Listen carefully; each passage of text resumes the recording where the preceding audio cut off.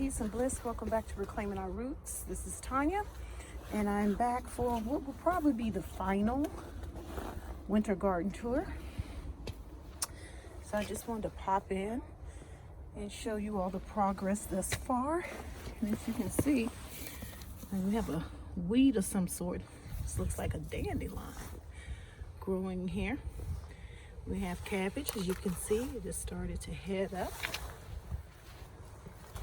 Over here, our spearmint is making a comeback. Spearmint is a perennial, and by perennial, I mean it returns every year.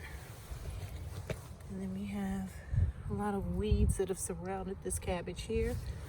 And as you can see, this one too is starting to head up. Catnip is returning, as well as our chives. Still haven't planted my blueberry bushes. At some point I will, guys. You will see. I have other plans for these, and I'll share that with you all in a future video. So these are the blueberry bushes that will be planted. And here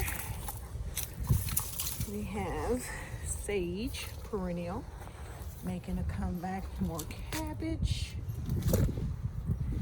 Oregano, perennial, making a comeback. Oregano, more oregano. Actually, this is mint. These two are oreganos. As you all can see, we have a lot of growth, and looks like I've lost one here. We'll pull that one up, and when I pull it up, I'm just going to lay it on top. And what that does is it'll decompose and it'll return the plant material back to the soil, which will add added nutrients and nutrition for the soil. All of these containers are empty. These are the ones that I had the snow crown cauliflower in. Lost those when we had that big freeze snap. So we have more cabbage, looking good. Still haven't pulled up the Malabar spinach, but I will. Purple sage looking good. Thyme, rosemary looking good. And over here we have Brussels sprouts that are thriving. Can you see that? They're starting to form some little heads in there. So everything is looking good. And these were planted over the fall last year, and they are doing really, really well. And from now on, I will no longer be planting my brassicas in the spring. I will only do it in the fall, because I do not want to contend with the pest pressure. As you can see, these are green and lush. They survive the winter, which most of these brassicas will do. They are very hardy, intolerant to freeze and frost, with the exception of the crown cauliflower. So that is firm and official. I will no longer be planting my brassicas in the spring.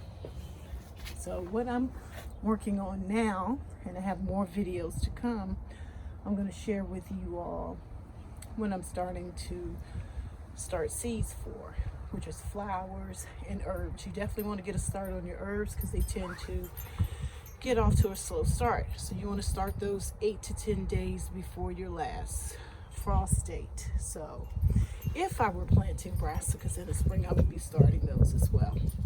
And now that we're in March, later on, probably in about a couple of weeks, I'll be starting my peppers, my tomatoes, and my eggplant.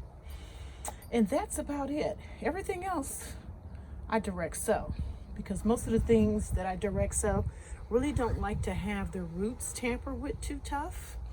So I don't like moving them and transplanting those. So I'll just direct sow those things like my watermelons, my zucchini, my winter squash, my summer squash, my okra, things like that. I just direct sow. I don't even bother with seed starting those. And as you can see over here, these are my blueberry bushes. As you can see, they've succumbed to weeds. I'll weed those out, pull those out, and restore those and get those ready for this year. And spinach is looking good. Look at that. It's all full. Look how full that is. So probably within another month, I'll be ready to pull up and harvest what's in the containers. So yeah, no more growing brassicas in the spring. And these not for me. These are my fatale peppers. I still haven't pulled those up, guys. I will find some time to pull those up. We've had a couple of cold snaps these last couple of days. No, these last couple of weeks. But over the weekend, we were in the high 50s. It was really nice. And I just had more things to do. I had a lot of things to do indoors that required my attention. So I didn't come out and play in the soil, but I will come out and I will bring you all along. I'm going to pull these fatale pepper trees up and prepare the soil for the garden, for the spring garden. Look at these. Look at that. I mean, how beautiful is that? Absolutely gorgeous. So yeah, so that's just a quick and final tour of the garden for my fall/winter garden. I will bring you all back when I start to harvest, but that's about it. Oh, and I will bring you all back when I water my plants. Someone asked me, do you water your plants in the fall and winter? Of course.